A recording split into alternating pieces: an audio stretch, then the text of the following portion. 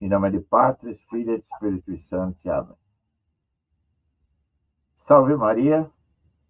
Tratemos hoje de dar continuidade ao trabalho sobre tibieza, o dilema do tíbio, né? E como nós devemos revigorar a vida espiritual. Começamos, então, com a oração habitual a Santo Tomás de Aquino, que é a oração preparatória para os estudos. Né? Criato nefraude que Deus, nome do Pai, Filho e Espírito Santo também. Criato nefraude que Deus, sapiência e espiritualidade de geral e aqui, dignato, para impede melhor de colocar-se a diversas partes elegantíssimas que possuem o universo com volume, sapiência e sinfonia de ideais. Subintelectus meta de virtude rara, imperidade do uma menor de malícia de ignorância. O que línguas infâncias partes desertas, língua e meio de da plebe de pensação conveniente é inteligente é como retinente, capacidade de modo de simplicidade de criança copiada em direto do projeto que vive certo reinas em século a século orando. São Tomás de Aquino, rogai por nós. Pelo Senhor da Cruz, Pai dos nossos.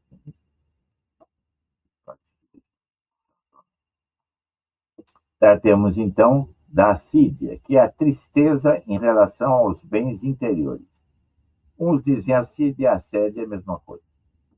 Examinemos a caracterização que São Tomás de Aquino faz da assídia. Tristeza, né? Enquanto se entende como vício capital. Nada impede, porém, que alguns dos sintomas da assídia possam também surgir em caso de uma mera doença, sem alcance moral. Então, nós vamos ver esse aspecto nem sempre tão conhecido sobre o sentido, que se refere ao sentido específico de tristeza na vida espiritual.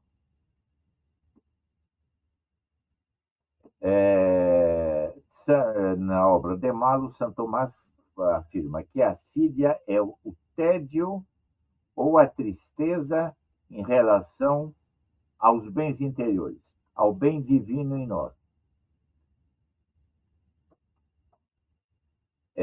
Aí nós temos, então, ele se vale nos estudos de várias citações, várias remissões a santos que trataram desse assunto.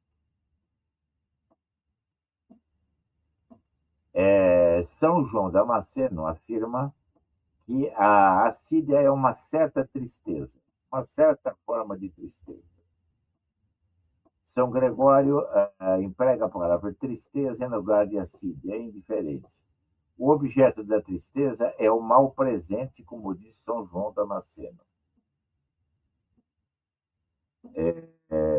Então, na Terra, há sempre um duplo bem.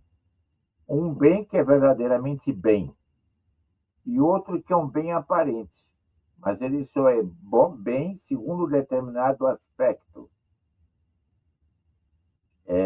O bem verdadeiro, o bem absoluto é bom independentemente dele ou daquele outro aspecto. Então, tudo que se refere a Deus e tudo que se refere a Deus é o bem absoluto. Os outros são bens relativos, dependem da ordem que se coloca. Se eles estão em ordem a Deus, em ordem ao bem supremo, são bons. Se eles nos afastam do bem supremo, tem esse aspecto negativo, ficam sendo maus, embora tudo que Deus tenha criado seja bom, porque é tudo obra de Deus. Então, assim, então, como há um duplo bem, acabo de mencionar esses dois aspectos, há também um duplo mal. O que é verdadeira e simplesmente mal, note bem, o mal enquanto ser não existe o mal absoluto. O mal é a ausência do bem. Mas, além disso, não é? Que é a ausência do bem, nós temos o mal relativo segundo um certo aspecto, segundo um quid. Para além desse particular aspecto, ele pode ser bom. Então, imaginemos uma pessoa, a título de exemplo apenas, uma pessoa leva uma vida de pecado e é acometida de uma doença grave. Então, a doença grave pode ser uma circunstância de Deus para tirá-la da vida do pecado, pode provocar nela um sobressalto. Então, embora a doença em si seja um mal relativo, para esse efeito ela exerce o papel de um bem, porque conduz à salvação da alma, conduz à conversão. Portanto, vejamos o seguinte: são louváveis o amor, o desejo e o prazer referentes a um bem verdadeiro, e reprováveis o amor, o desejo e o prazer quando se referem a um bem aparente que não é verdadeiramente bem, que não está ligado ao absoluto. Assim também, o ódio, o fastidioso e a tristeza em relação ao mal verdadeiro são louváveis, mas em relação ao mal aparente, mas que em si mesmo é bom, são reprováveis e constituem pecado. Por que isso? Porque todo homem busca a felicidade. E explica claramente São Tomás de Aquino, se a pessoa não encontra satisfação, gozo de alma, naquilo que conduz a Deus, que é o bem, né, que está ao seu acesso, ela procurará esse consolo, o bem verdadeiro, ela procurará esse consolo no bem aparente, que muitas vezes está em contradição com o bem absoluto. Daí o cuidado que a pessoa precisa ter nessa matéria. O bem maior e o bem menor. Todo pecado constitui uma escolha do bem menor em detrimento do bem maior. A pessoa que sofregamente, cupidamente, cobiçosamente avança sobre o bem de outro, ela está procurando o quê? O dinheiro, que é um bem em si mesmo, um valor de troca, né? Mas se ela toma esse bem do outro, ela está indo contra um bem superior, que é a honestidade, que vale mais do que o dinheiro. Então, é nisso que reside o pecado. A assídia é o tédio ou tristeza em relação aos bens interiores, aos bens de espírito. Santo Agostinho, num salmo, trata disso. Para a alma do tédio, dizer que está nessa situação, com esse tédio, todo alimento é repugnante. Passamos um paralelo com uma pessoa que está doente, uma doença física qualquer, uma doença no estômago. Se ela está com uma doença, um vírus estomacal, algo assim, tudo que ela comer, qualquer coisa que ela venha comer, não lhe dará satisfação, dará um mal-estar, porque há um problema lá no fundo que prejudica a absorção, o proveito do alimento ingerido. Analogamente, assim é com a pessoa que está sob o domínio da assídia. Essa pessoa, diante do que há de mais elevado, mais digno, mais nobre, mais sublime, ela toma uma reação de desinteresse, digamos assim, ou de melancolia, de apatia, de alijamento, não é? Então, os bens interiores e exteriores verdadeiros, bens só aparentemente, aos bens interiores e espirituais, que são verdadeiramente bens. E os bens que são aparentemente bons e que podem ser considerados males na medida em que contrariam, eles são males, nós podemos admitir se tal coisa é um mal aparente, mas se ele conduz a um bem maior, como eu exemplifiquei há pouco com a doença, ele será uma forma de bem. Por exemplo, a pessoa, digamos assim, faz penitência e a penitência refreia os movimentos carnais, ela parece ser uma coisa ruim, uma coisa negativa, mas produz um efeito bom, que é tirar da alma o apego à paixão. Mas isso tem que ser feito criteriosamente, com direção espiritual e tudo mais. Entretanto, é um aspecto que nós queremos utilizar. Bom, então São Tomás de Aquino trata disso e apresenta por questões complementares, mais ou menos importantes. São observações esparsas na obra de São Tomás. Então, a assídia é uma possibilidade, uma eventualidade exclusiva do homem. O pecado dos anjos não pode ter sido de assídia, porque o anjo não pode ter tédio em relação aos bens espirituais. Esse é um primeiro ponto. Bom, o que caracteriza a assídia é a inação, o torpor, a inércia, que se caracteriza pela veemência da tristeza. Quer dizer, a pessoa estando, a pessoa impelida pela tristeza, não tem disposição para tomar nenhuma iniciativa na linha do bem, a oração, por exemplo. Isso imobiliza o homem, retarda a ação. São João Damasceno fala em uma tristeza pesada, paralisadora. É uma tristeza que detém o homem no caminho do bem, quer dizer, entrava a alma. Vamos imaginar uma pessoa que tenha sofrido um acidente e que fique com os membros inferiores, por exemplo, travados. Há uma analogia com o estado de tristeza, quer dizer, ela não consegue andar, ela não consegue progredir, ela não consegue dar um passo, ela fica com aquilo tolhido, preso. Há uma correlação entre os 7 dons do Espírito Santo e os 7 pecados capitais. O oposto da assídia seria o dom da fortaleza, o esforço por não se deixar dominar por essa melancolia, por essa tristeza, por esse abatimento.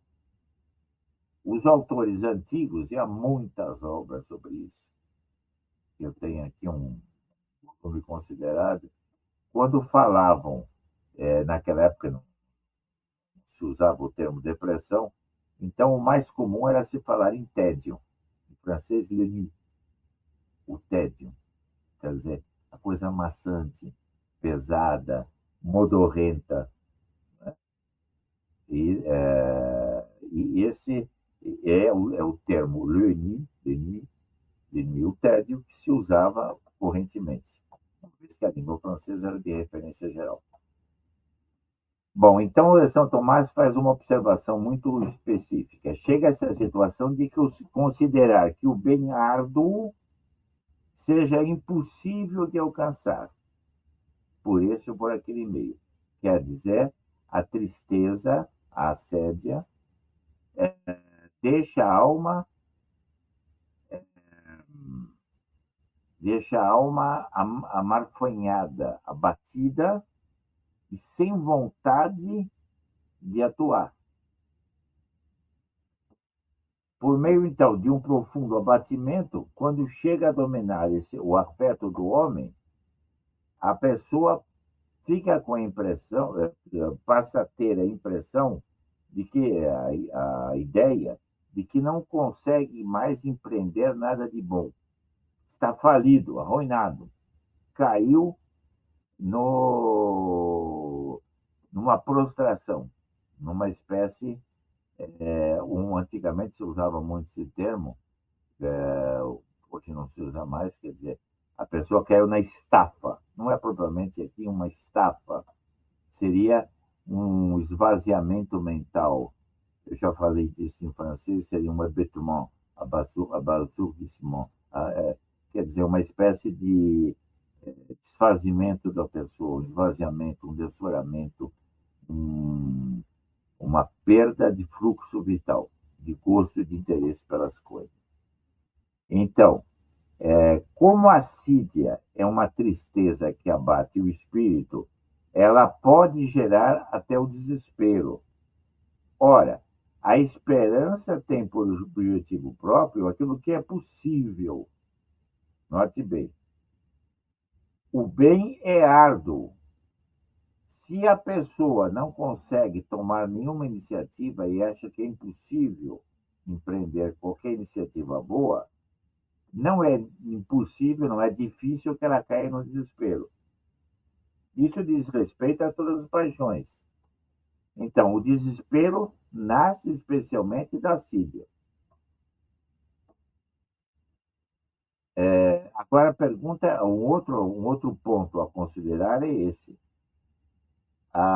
O desespero provém do quê? De uma negligência. São Tomás afirma que a própria negligência decorre da assídia. Quer dizer, a pessoa, quando se acha tomada por essa tristeza profunda, automaticamente se torna negligente. Quer dizer, ela fica. Ela passa a cultivar um estado de espírito, um estado habitual de inadvertência e uma negligência consentida. Ela, a segunda natureza dela é ser negligente. Mas por quê? Porque a tristeza paralisa. A tristeza consome a alma e provoca uma retração, uma como que impossibilidade de sair daquelas condições desfavoráveis.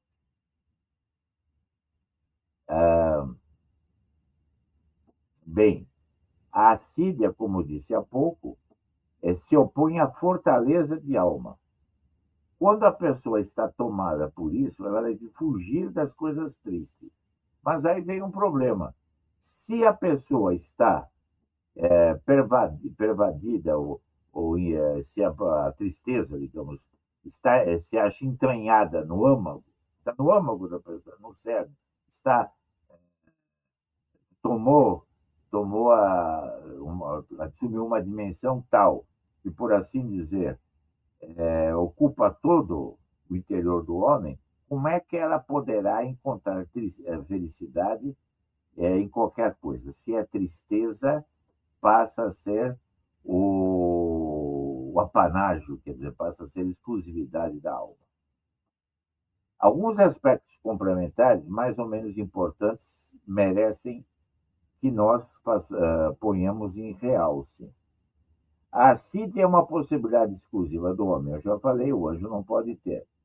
Mas, e na dimensão que produz inação, a assídia caracteriza-se por essa veemência da tristeza. E a assídia, tal como os outros pecados capitais, gera outros pecados.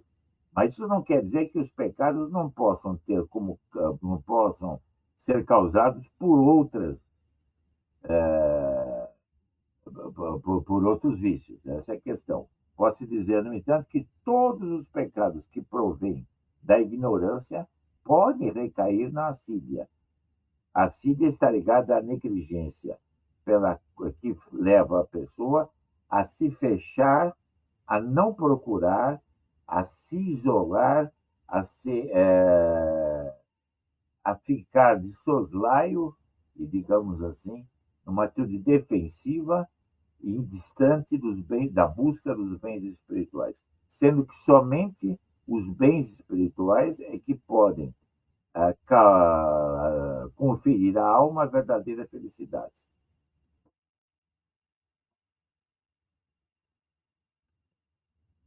Aqui entra o papel, e nós podemos ver as interligações entre o esforço, a assídia e o desespero.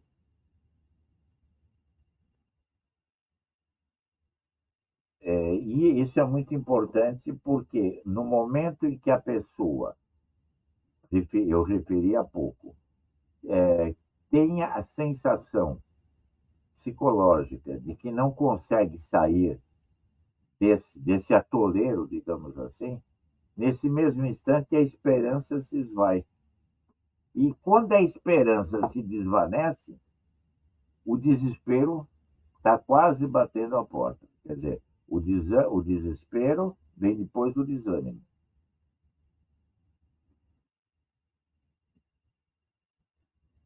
Nós devemos considerar o quê? A assídia, um ponto relevante também. peso da tristeza, da assídia, de tal modo deprime o ânimo do homem que nada do que ele faz agrada, nada lhe agrada. Né? Então, é como as coisas ácidas que são frias. Digamos o seguinte: o limão é ácido. Não é? Imaginemos uma situação em que tudo ficasse ácido, é como se tudo tivesse sabor de limão. Nada é doce, nada é prazenteiro, nada é reconfortador. Esse é o estado, então, de azedume e acidez da alma. Podemos definir, então, legitimamente, a assídia como um torpor. Torpor é um sono, é um dormitar, é um lusco-fusco que fica entre o estado de vigília e o estado de sono. É um lusco-fusco, um torpor, a pessoa fica zonza, um torpor da mente em começar um ato bom. É como se a cada momento que ela desejasse fazer algo bom, caísse numa sonolência que a faz arrastar os pés e não consegue dar um movimento. Essa falta de iniciativa, né? Então, essa manifesta-se pela depressão. É difícil iniciar qualquer ato. Pode ser um ato comezinho, o de comer, de tomar banho, qualquer coisa. Isso, isso, isso é muito característico. Né? Às vezes, uma coisa minúscula incomoda. Né? Então, uma ação mais elementar como essa, de se preparar para o banho, pode representar um fardo, um encargo, um ônus. Não porque a ação em si seja cansativa, exija muito da pessoa, mas é porque a pessoa se encontra numa situação em que ela não consegue fazer mais nada. A iniciativa fica tolhida. A iniciativa se entristece do bem divino. O bem divino se alegra e se cultiva, se fortifica, desabrocha na caridade.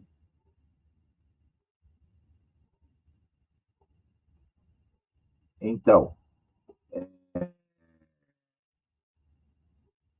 a pessoa que se encontra na assédia tende a julgar a vida espiritual, oração, qualquer coisa, uma leitura espiritual, algo trabalhoso, penoso, molesto, que o priva de ter prazeres corporais. Esses prazeres corporais não dão verdadeira felicidade, escravizam a pessoa, mas fazem às vezes de deleite, é um deleite ilusório, é um gaudium fantástico, uma alegria fantasmagórica, uma alegria não real. Esse, isso é preciso considerar de frente, né? Muito significativo. A primeira objeção que nós podemos formular é assim: no tocante às relações entre assídia e pecado. Se a assídia fosse pecado mortal, chocaria de frente com algum mandamento da lei de Deus. Mas se nós percorremos um por um os 10 mandamentos, vê-se que a assídia não se opõe a nenhum deles e, portanto, não parece ser pecado mortal.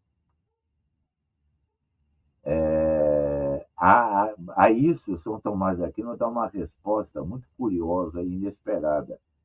Diz que a assídia se opõe ao mandamento de guardar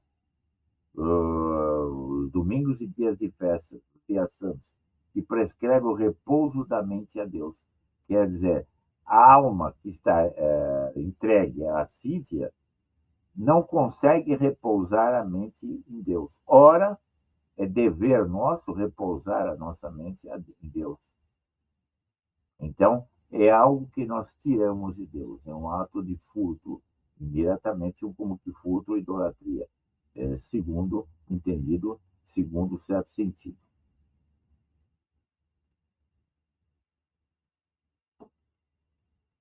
Então, vamos observar o seguinte: é uma atitude de gozo da alma é fruto da contemplação.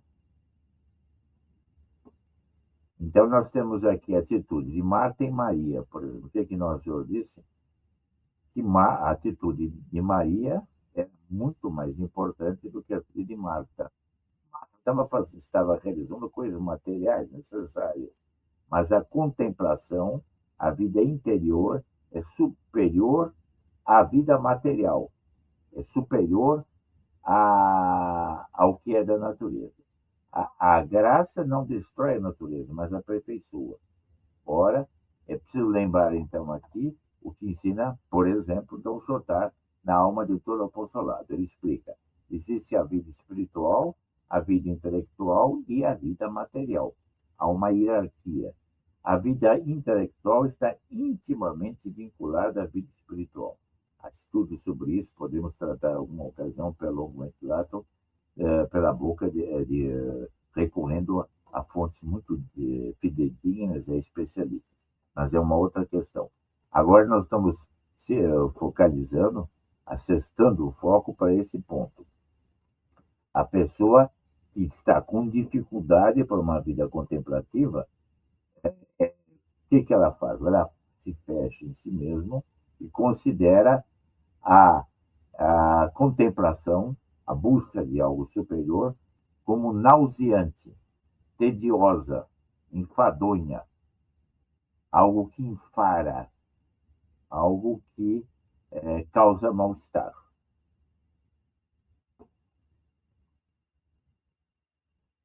O avesso da assídia, como é que se está? O avesso da assídia se dá desse modo. Não é apenas uma ausência de perturbações exteriores, mas também das interiores. A pessoa que não está entregue à assídia, mas vive na perspectiva da vida interior, da contemplação, ela tem paz interior, porque ela tem a tranquilidade da ordem. Santo Agostinho explica: paz e a tranquilidade na ordem. Certo? Alguém poderia objetar, mas os santos também passam por isso, passam. Né?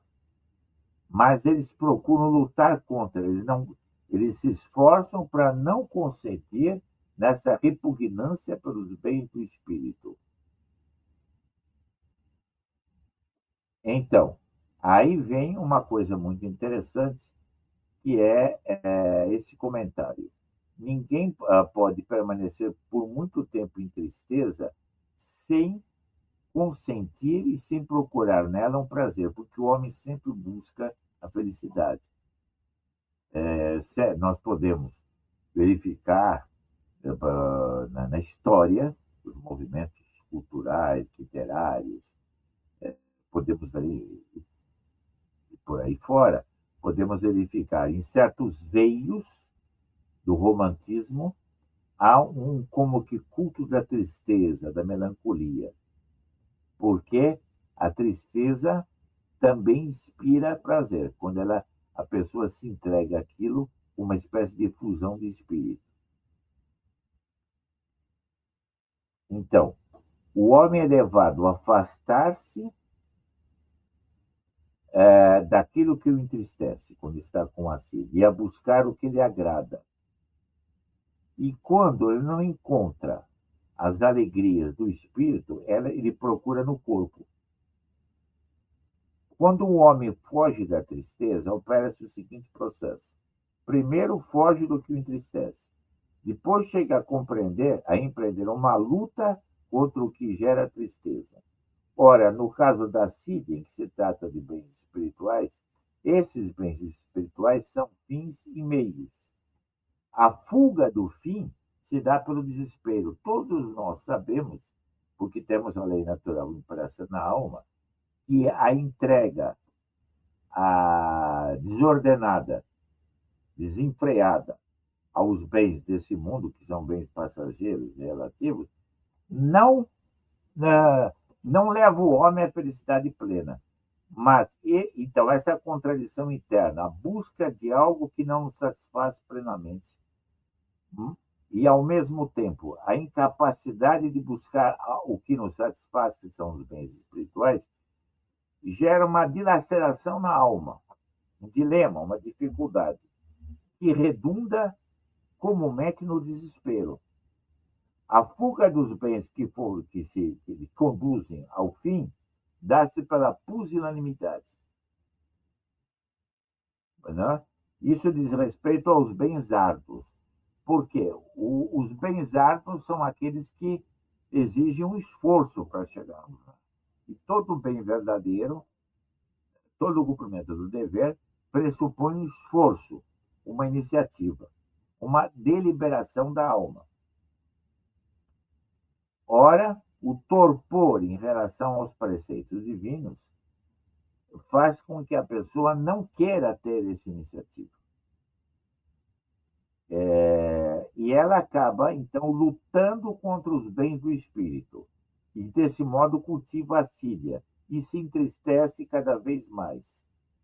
Vai se deixando tomar pelo rancor, raiva, irritação, mau humor, no sentido de indignação, quando se refere aos homens que nos encaminham aos bens superiores. Isso produz um distanciamento em relação a tudo que eleva, sejam homens ou sejam objetos materiais. Então, a malícia se manifesta quando se estende aos bens espirituais. A assídia leva o homem a detestar os bens espirituais. Ela fica enjoada, tem náuseas em relação aos bens espirituais. É como uma comida que faz mal. O estômago não está aparelhado para receber. Mas a doença, o problema não está na comida. É o estado, a condição do estômago que repele um alimento são. Quando, movido pela tristeza, um homem abandona o espírito e se instala nos prazeres exteriores, aí se dá a divagação da mente pelo ilícito. Santo Isidoro, desdobrando o que ensina São Gregório, afirma: a amargura, então, Santo Isidoro situa como proveniente da tristeza, é um certo efeito do rancor, do azedume, como eu falei há pouco, o limão, o azedo do limão. A ociosidade e a sonolência reduzem-se ao torpor em relação aos preceitos. O ócio, que nós sabemos, é o pai de todos os vícios. Então, o ócio é o desejo de não fazer nada, de não tomar nenhuma iniciativa. A sonolência ou torpor é um estado de inanição, um estado de lusco-fusco, que leva a pessoa a não mover nenhuma palha para tomar um rumo, para decidir algo.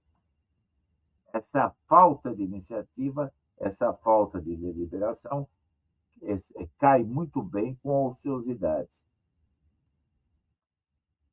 O ocioso abandona um esforço e o sonolento, se precisa cumprir algo, faz de modo negligente. Os outros casos podem cair, outros aspectos podem cair na divagação da mente. Importunitas mentes, quando se refere ao abandono do pináculo do espírito para que a pessoa se estenda e se derrame em torno do vário, do indeterminado. Quer dizer, a pessoa não quer fixar a atenção no mais alto e cai na divagação. Importunitas mentes. Quer dizer, a mente presta atenção em tudo, menos naquilo que importa. No que diz respeito ao conhecimento, é curiositas, a curiosidade cega e vã, conhecer por conhecer. Ao falar, verbositas, quando a pessoa tem não é o ânimos loquendi propriamente, mas ela tem intemperança verbal. Ela fala por falar, mas não há substância naquilo. Ao corpo, quando não permanece no mesmo lugar. Há pessoas que têm inquietude corporis. Os movimentos desordenados dos membros podem indicar a dispersão de espírito também. Há outros que perambulam por diversos lugares, instabilitas, instabilidade de espírito. A pessoa é um andarilho mental, andarilho material e um andarilho mental. Quer dizer, a instabilidade psicológica é tal que a pessoa nem sequer para no lugar. Isso é reflexo de uma instabilidade de propósito. Como mencionamos, a primeira das filhas da Síria é o desespero. Há um famoso psicólogo, Piper, que trata desse assunto. Ele vincula diretamente o desespero a outra filha da Síria, que é a pusilanimidade, também fizemos referência há pouco. Paralisado pela vertigem, pelo medo de alçar alturas espirituais, a que Deus o chama, a alma do que está com a Síria não encontra ânimo nem vontade de ser tão grande como realmente está chamada a ser. Aí vem a pusilanimidade e a mediocridade. A pessoa não quer tomar voo, ela quer ficar reduzida à sua expressão ínfima, à sua própria insignificância. Se nós dissermos, a sua alma vale todo o sangue de Nosso Senhor, então é necessário que você se mova, que você tenha alento. Ela dirá, isso não me importa. Isso não me importa. Esforço não é comigo. Agora, curiosamente, veja a contradição do vício. Se alguém procurar tirá-la da inação e da inércia, digamos que ela passe o dia deitada, aquela história, aquilo que tem aparecido muito na internet, podridão do espírito. Estou pretendendo tratar disso com mais devagar, porque é um material acumulado que é imensurável. Todas as consequências do chat GPT e da mentalidade atual de evasão da mente. Bom, se a pessoa, digamos, passa o dia inteiro deitada na podridão do espírito, não quer reagir, digamos, não quer tomar uma iniciativa, alguém vai lá e obriga a sair daquelas condições, é capaz de agredir a pessoa, o outro. Como é que ela se toma de força? Porque é uma defesa instintiva do estado de preguiça. E não há ninguém que seja mais violento e ativo como preguiçoso quando é instado a sair da preguiça.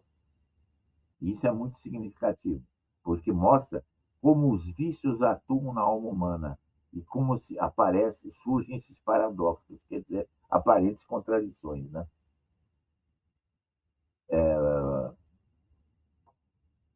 Bom, torna-te o que és, aquela sentença famosa com que Píndaro resume toda a ética, está centrada no ser, no esforço que cada um faz para melhorar, para progredir e crescer. Isso é que dá sentido à vida. A pessoa que está atingida, vulnerada pela Síria, não quer isso. Ela se aborrece de que Deus o tenha elevado ao plano da filiação divina, a participação em sua própria vida íntima. Então, essa tristeza é suicida. Ela se manifesta pela secura, pela acidez, pela amargura. É uma espécie de resmungo interno, é uma espécie de insatisfação crônica. Daí surge a evagácio mente. Também fizemos referência há pouco. é a dispersão de quem renunciou ao polo do pensamento, ao centro do espírito. E, portanto, a pessoa se entrega a importunitas, a tudo aquilo que é inoportuno, a tudo que não vem ao caso, a tudo que é secundário, a tudo que prejudica a elevação da alma rumo ao seu objetivo mais alto. Então, a pessoa busca, abandona o torreão do espírito e se derrete, se derrama, se dilui na dispersão, no variado, buscando afogar a sede na água salobra das compensações e prazeres, por exemplo, de uma atividade desenfreada. A gente que se entrega ao trabalho de uma maneira tão irracional que aquilo passa a ser o quê? Passa a ser o centro móvel da vida, passa a se tornar uma exclusividade. A pessoa praticamente só trabalha para não pensar. E o trabalho é feito como um meio de evagatio mentis, quer dizer, um meio de fugir das reflexões e das responsabilidades mais altas. Alguém dirá, mas o trabalho não é uma responsabilidade? Sim, mas é uma responsabilidade em termos. Quer dizer, o homem não veio à Terra para trabalhar, ele foi feito para conhecer, amar e servir a Deus neste mundo e dar glória eterna a Ele no céu. Alguém não pode dizer, mas eu me santifico para o trabalho? Vamos e venhamos. Não simplifiquemos as coisas. A verdade está nos matizes. Dizia muito sabiamente Pascal, não é? É preciso ter esprit de finesse e não só esprit de justesse. É preciso ter raison raisonnable e não só raison raisonnante. Quer dizer, o trabalho é um meio necessário, mas ele deve conduzir ao fim mais alto. É um castigo que a pessoa necessite do trabalho para sobreviver, é um castigo que Deus atribuiu ao homem em razão do pecado original, como nós sabemos.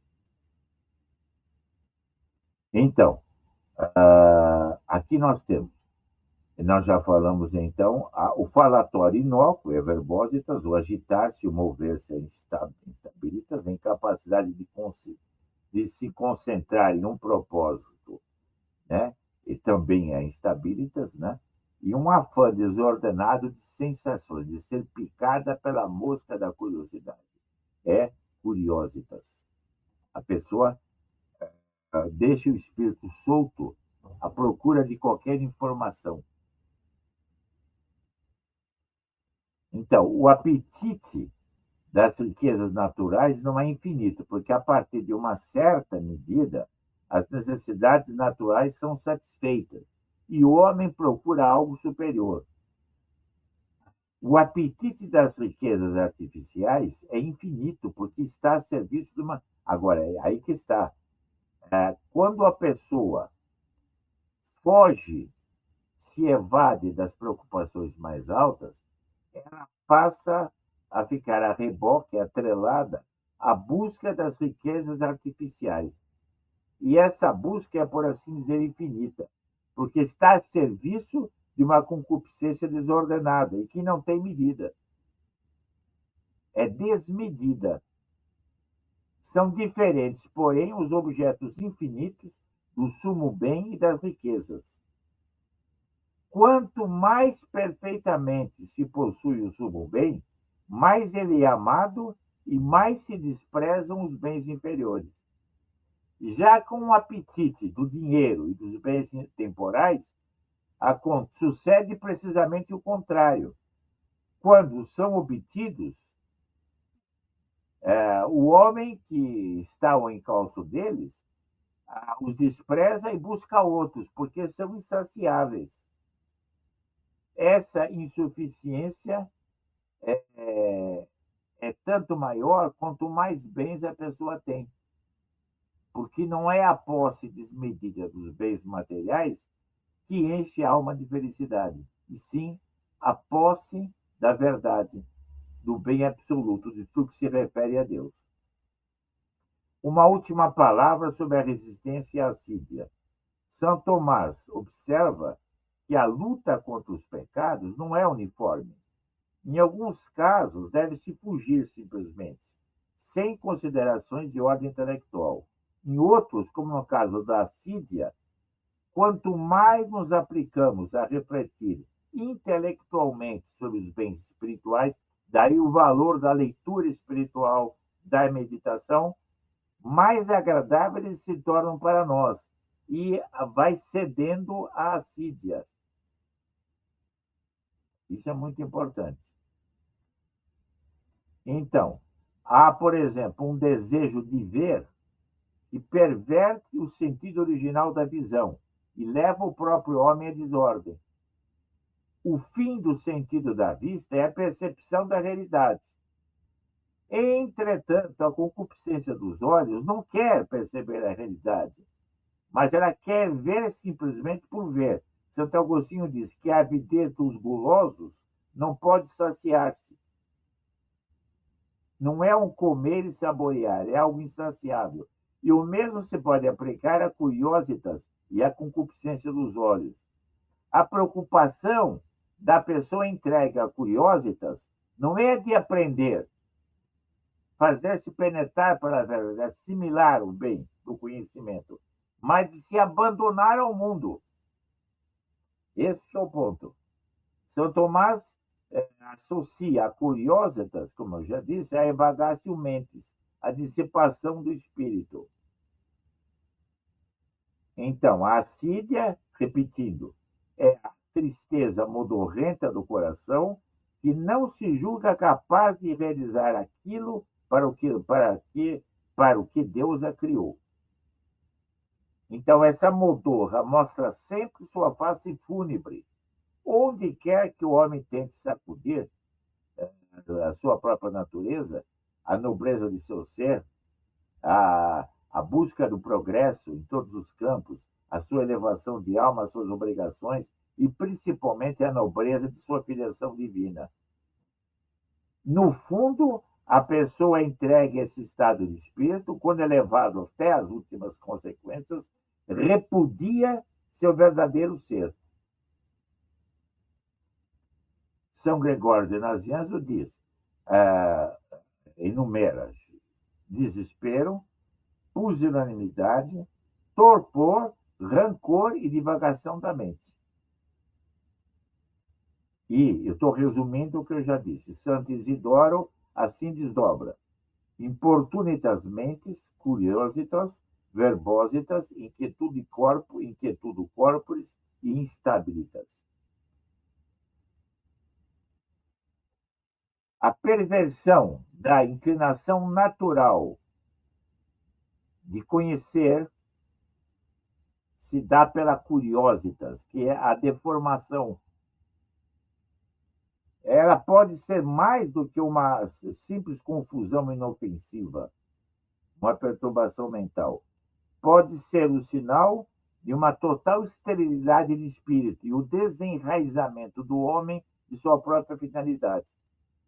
Pode significar que o homem, por assim dizer, perdeu, abdicou, renunciou à capacidade de habitar em si próprio e sentir prazer em si mesmo. O reino de Deus está dentro de vós.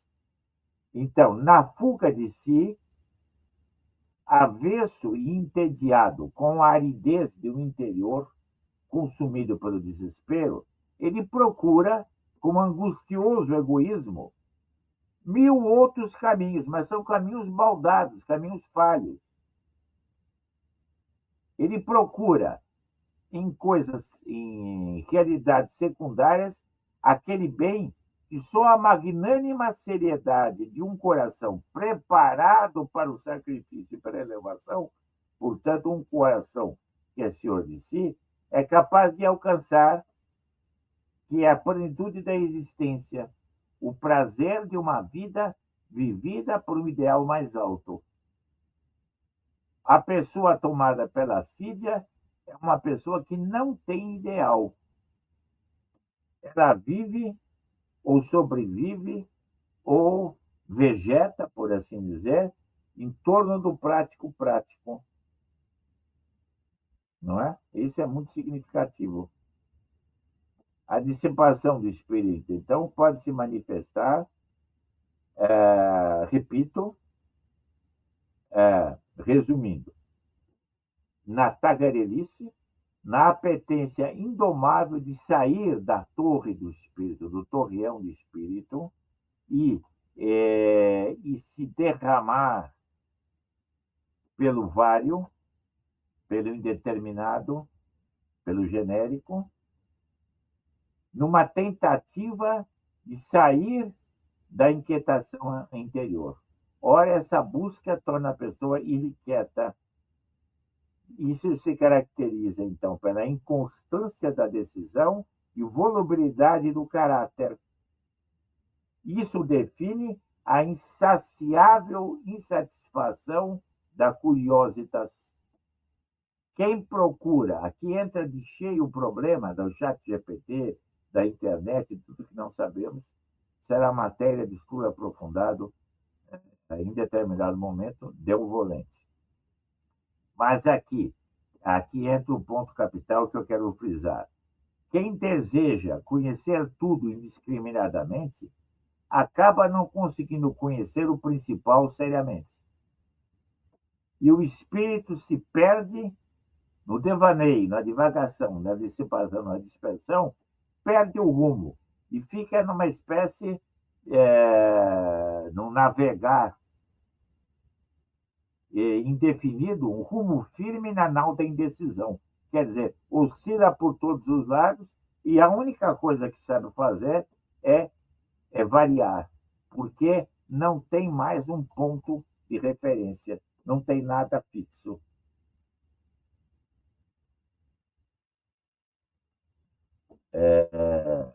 Então, a pessoa que vive nessas condições não tem operosidade nem diligência.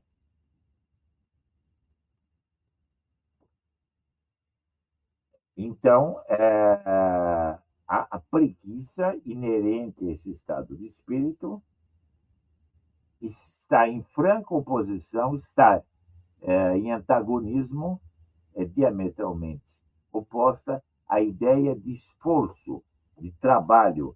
Não propriamente um trabalho qualquer, mas o trabalhar no sentido mais alto, quer dizer, desenvolver as suas faculdades mentais, inteligência, vontade, sensibilidade, numa direção mais alta, que faça a pessoa sair do banal, concreto e episódico. Faça a pessoa tomar voo. De fato, o verdadeiro descanso, o remanso, o espairecimento, somente o otium cum dignitate, somente é possível quando o homem está no domínio de si mesmo e ele tem o controle de si. Ao mesmo tempo, ele cultiva o verdadeiro sentido da existência. Aí tudo tem razão de ser. Tudo fica suportável. A própria cruz é inserida num contexto compreensível, porque a vida é cheia, um vale de lágrimas. Mas ou isso é vivido numa perspectiva mais alta, ou o homem não aguenta. Então, São Paulo dizia, essa, a assídia, é a tristeza, São Paulo dizia, aquela tristeza que leva à morte. É a tristeza secular. Então, pode-se falar também o quê? A pessoa, não usar um termo, um neologismo tirado do italiano, a pessoa fica apequenada, fica pouca, é pouquice. A tristeza é uma carência de grandeza de ânimo. Aquilo que a natureza do cristão normalmente almeja, nela está de velas enfumadas, quer dizer, está apagado, está parado, não se move. é uma espécie de angustioso vértigo que acomete o homem quando ele se dá conta da altura para onde Deus o quer levar.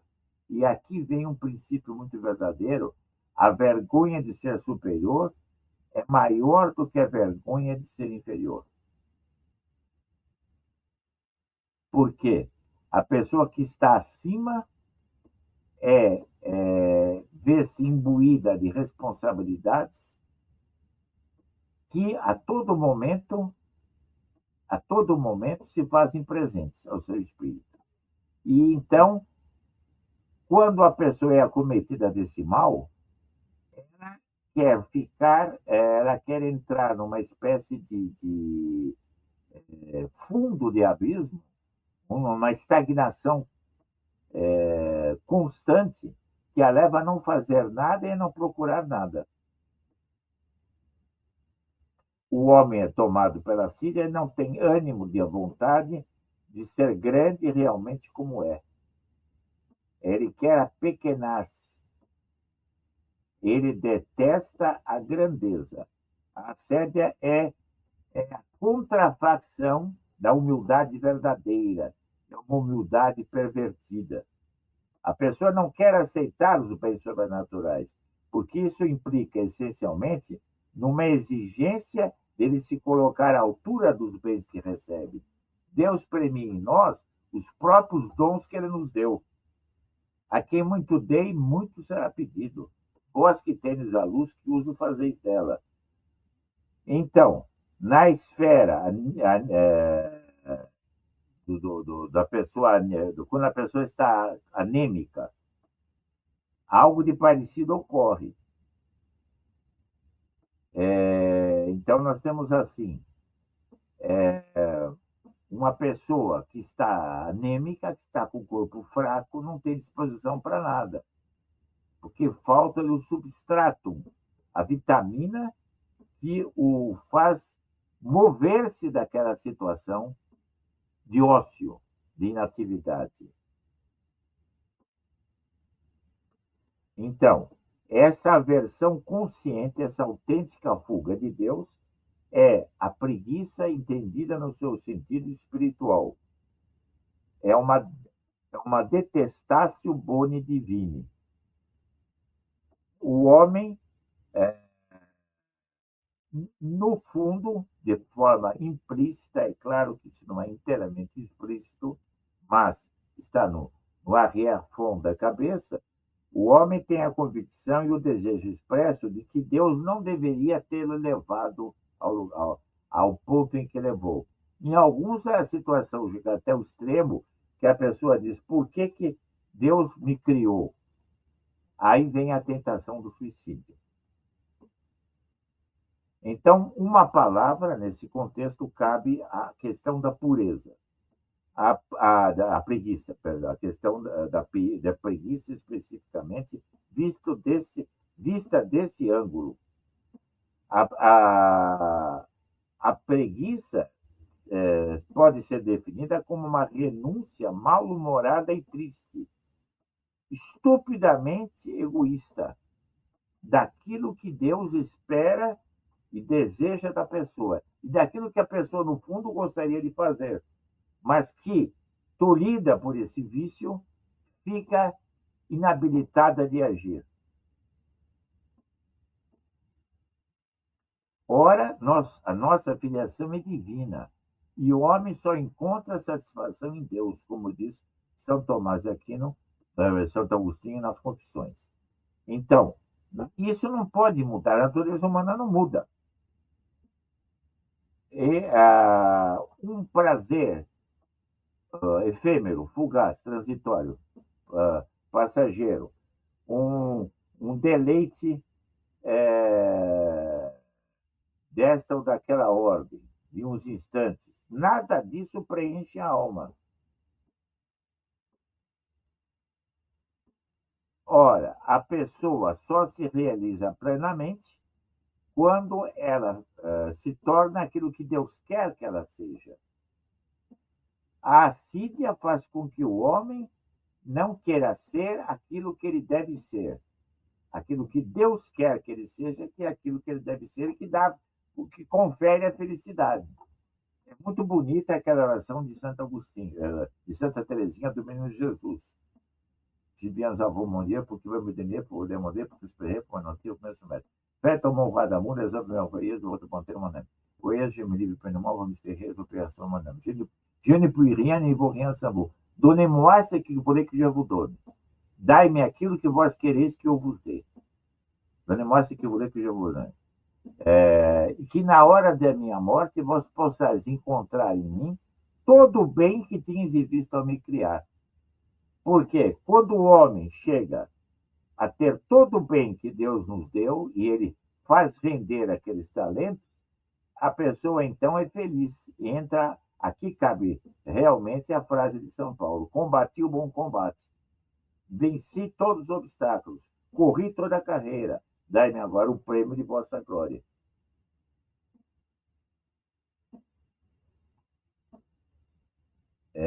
Então aqui nós temos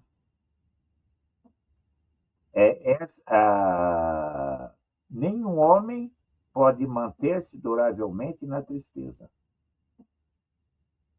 Se, portanto, a pessoa, por indolência, por inércia, entregou o corpo a esse estado de deperecimento, ela fará da tristeza uma falsa alegria. Como eu referi há pouco, como se dá no pecado, né? O gáudio fantástico, quer dizer, uma mentira, algo falacioso. Ela, então, sai da mansidão do espírito, perde o sossego e perde o propósito. E acentuo sempre verbositas, curiositas, importunitas, inquietudo, ou instabilitas lote vel propósito, é a instabilidade de rumo, de propósito ou de lugar.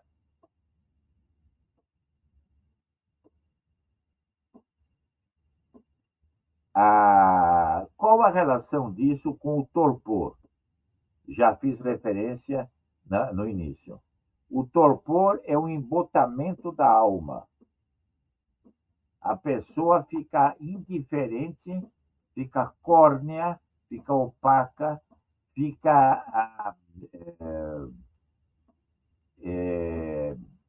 como é que eu posso dizer?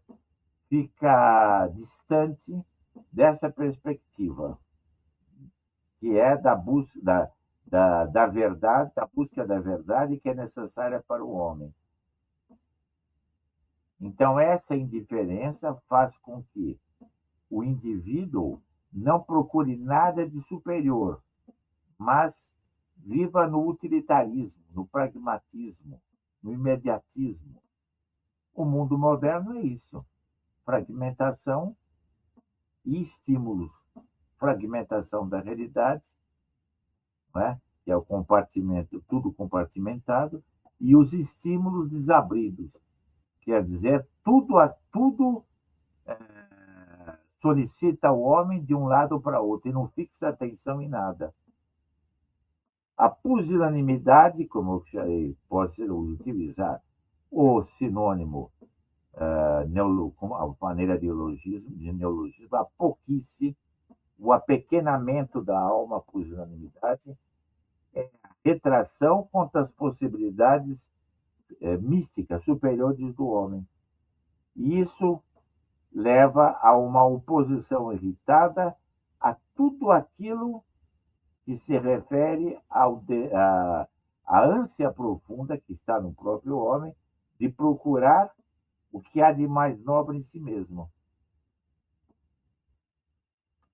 A pessoa quer cair no esquecimento, no esvaziamento, porque a afirmação de si exigiria esforço, ao cumprimento do plano de Deus nela. Isso cansa, isso entedia, isso é maçante, isso aborrece. E no termo final, eu estou repetindo apenas para consolidar a explicação, e no final, a pessoa pode cair numa escolha do mal. Nesse sentido, eu prefiro ficar na minha charneca, prefiro ficar imerso na minha nulidade, na minha insignificância, a insertar um esforço para o mais alto. O mundo inteiro participa desse esforço hoje em dia. Isso pode ser traduzido em termos mais comuns pela secularização, pelo latitudinarismo, pela indiferença, pelo espírito da horizontalidade. Nada é elevado, nada é vertical. Noblesse oblige, quer dizer, o que é nobre obriga, impõe. Toda elevação pressupõe esforço. Todo esforço pressupõe renúncia. E isso é árduo. A pessoa que se entrega a esse estado de torpor e de inércia não quer fazer absolutamente nada. Para dizer tudo numa só palavra, qual é o remédio para isso? O remédio para a tentação da assédia e do desespero, o remédio único é uma vigilância resistente, um olhar penetrante e atento no que é mais importante. Não é o simples trabalhar, o trabalho manual, o trabalho material que resolverá isso. É preciso que haja um trabalho intelectual e espiritual, porque há uma diferença entre o trabalhar intelectual e o trabalhar manual. Quem não estabelece o marxismo, por exemplo, nega essa distinção. O trabalho, então, é preciso que a pessoa tenha uma clarividente grandeza de ânimo, confiando que o Deus a criou para algo excelso, sublime, que é a visão beatífica, que nessa terra nós podemos participar pela graça que é criada, da vida incriada de Deus. Então, cada homem tem um destino próprio e inconfundível. O homem mais menos ornado de virtudes é o primeiro homem do mundo numa certa qualidade, porque Deus criou um caleidoscópio. E a infinita grandeza de Deus se manifesta pela variedade dos arquétipos e das modalidades, dos arquétipos humanos e da modalidade, das diversas modalidades do ser humano. Para isso é preciso, então, que o homem tenha um impulso sobrenatural da esperança na vida eterna. Como se obtém isso? Pela prática dos sacramentos e pela oração contínua e corajosa. É assim que o homem chega lá.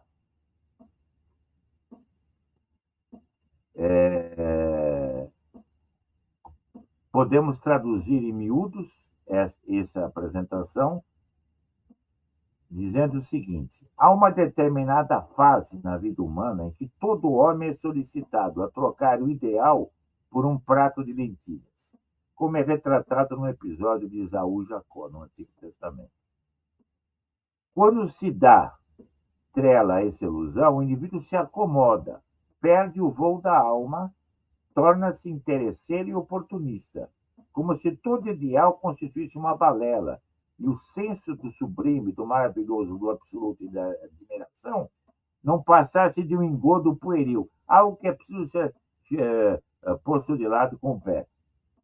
Facilmente passa a viver, então, como um fluidor, alguém que, de certo modo, um sovino, um aproveitador das coisas, em torno de meros cálculos, previsões financeiras e sonhos de realização pessoal.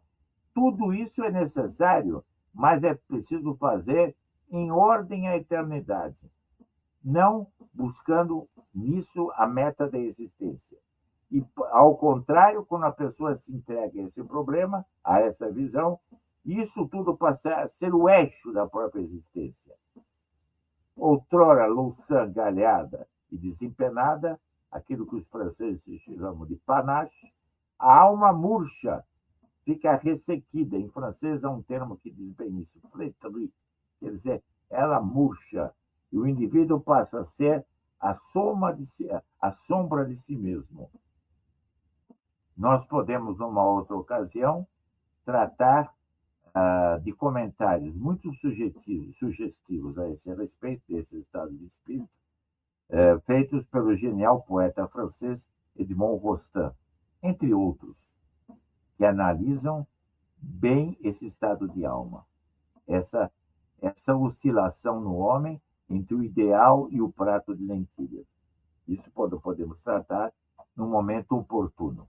Paul Claudel também, entre outros grandes literatos franceses, tratam disso longamente. Não sei se Ernest Hello. Bem, aqui não precisamos desfiar toda a carreira dos grandes pensadores que versaram sobre o tema. Haverá momentos para isso. O que se opõe ao tíbio, ao morno, ao indivíduo que caiu no torpor, que caiu na sédia? É o fervor. Como conceituar o fervor? Quais as características do fervor do espírito católico, em contraposição ao católico tíbio? Vamos direto ao ponto e, desse modo, concluímos. Quais as características de um católico fervoroso? Em primeiro lugar, ele deve ter, antes de tudo, a disposição de tudo abandonar quando for contra a religião católica. Se ele não tiver essa disposição, não será um católico fervoroso. Segundo, ter a persuasão de que todas as coisas se devem ajustar aos princípios e interesses da Igreja Católica Apostólica Romana. Terceiro, o corolário da segunda, ter a persuasão de que a doutrina e os interesses da Igreja não devem ser sacrificados por nada. Portanto, nada deve exigir que a Igreja se ajuste a nada. A Igreja, sim, é a regra e a medida de todas as coisas. Esse é o ensinamento inalterável da Igreja, ensinamento bimilenar. Quarto, só se agradar das pessoas e não às pessoas, ou seja, só achar agrado nas pessoas e nas coisas na medida em que estão impregnadas do espírito da Igreja. Essas são algumas das características mais importantes do verdadeiro católico. Então, esse é um aspecto. Nós devemos, então, no nosso relacionamento, na vida social, ter isso presente. São João Bosco é muito claro quando ele diz: as pessoas, os bons se associam e os maus também. O francês diz que se rassemble, se rassemble, que se rassemble, se rassemble. Quem se parece se junta, quem se junta se parece. Há uma afinidade natural entre as pessoas que praticam o bem e há uma afinidade natural entre os que praticam o mal. Por isso, saibamos escolher nossas amizades. Por fim, devemos punir com rejeição total ou com ojeriza, com a devida cautela, aquilo que se opuser à Igreja. Nesse sentido, o verdadeiro católico é intransigente, porque todo mundo é intransigente. Todo mundo é cioso de certas coisas. O que importa é escolher a intransigência verdadeira, que é a intransigência em defesa dos princípios da fé.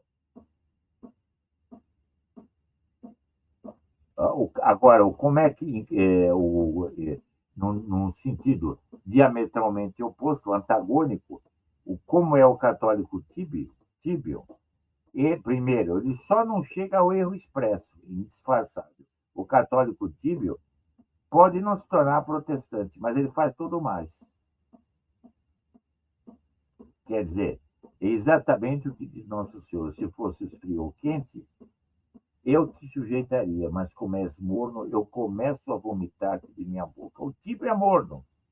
Você ama a igreja? Não. Você vai abandoná-la? Também não. O que você quer? Ficar nela do jeito que eu estou. Por quê? Porque é um hábito. Eu quero amar a mim mesmo.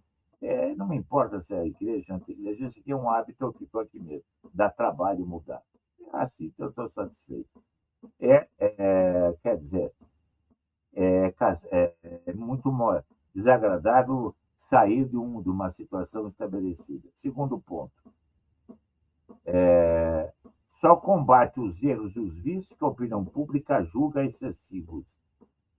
No católico tíbio, isso é especialmente característico. Se há um escândalo local, todo mundo censura, o católico tíbio diz. Viremos o rosto para o outro lado, não analisemos isso, eu já tratei na outra posição.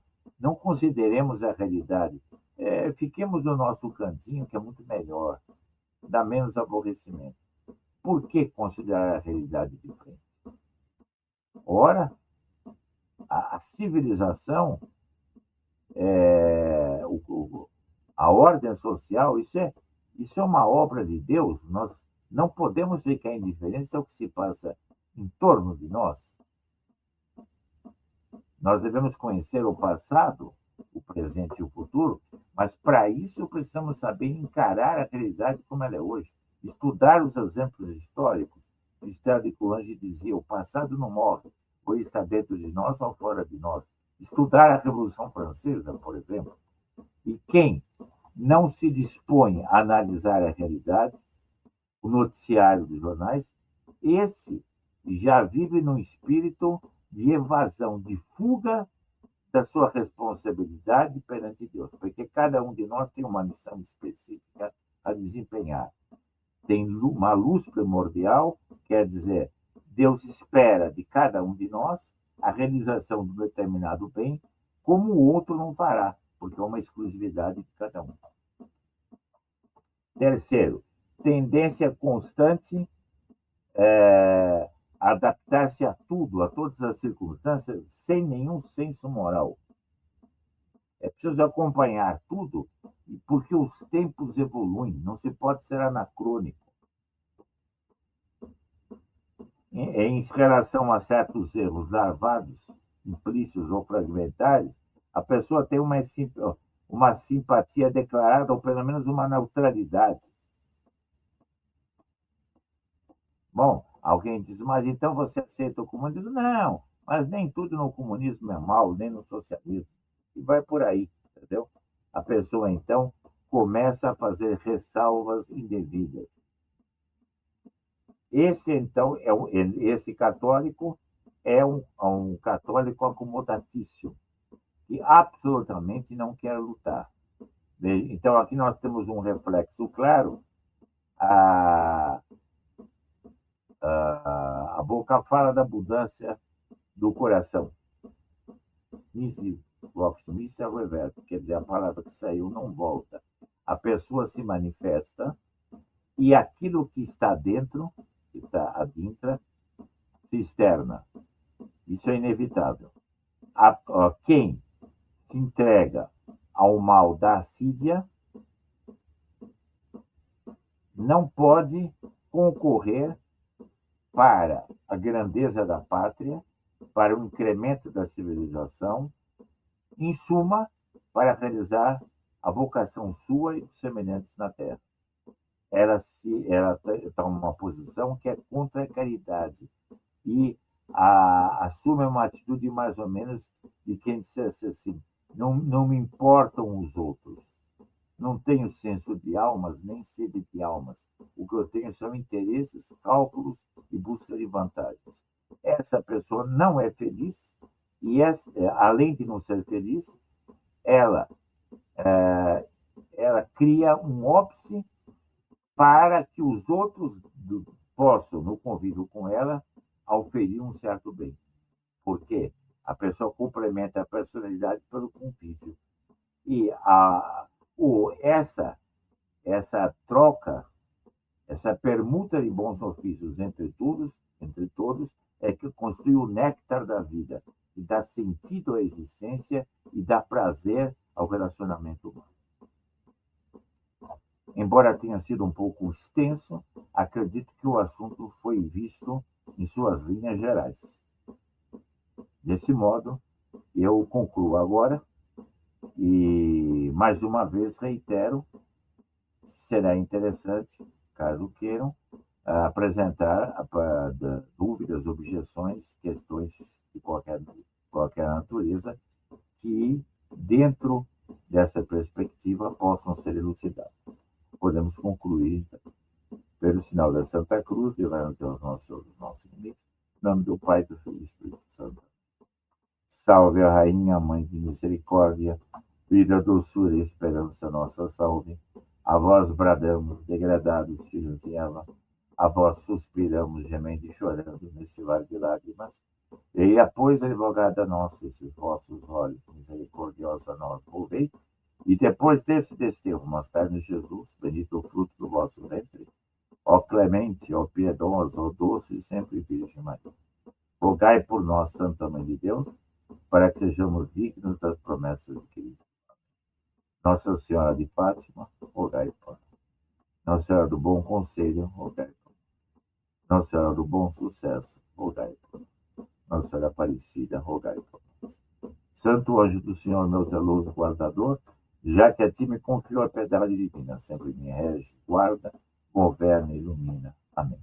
São Miguel, São Gabriel e São Rafael, rogai por nós. Todos os anjos e santos do céu, rogai por nós. Perseguiram crucis, inimicis nostri, viva nos Deus nosso, em nome de Patris, Filho e Espírito Santo. Boa noite a todos e até breve, se Deus quiser.